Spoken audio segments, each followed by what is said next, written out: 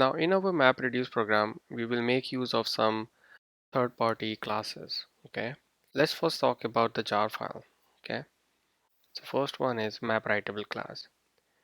If you remember when we were discussing basics about map and reduce, you had seen that a map function creates output in the form of key and value pairs.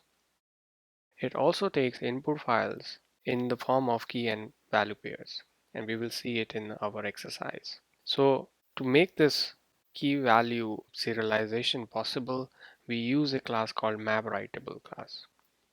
Okay, and we'll see it in action in our exercise.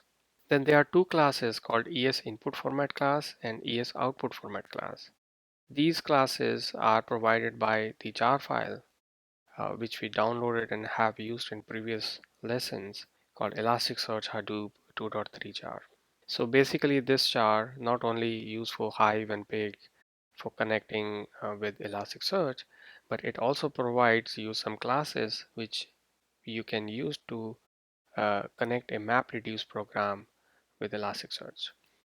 So when we are sending the data from MapReduce to Elasticsearch, we will use ES output format class, okay, because output will be stored in Elasticsearch. When we are reading something from Elasticsearch, we will use the class ES input format class.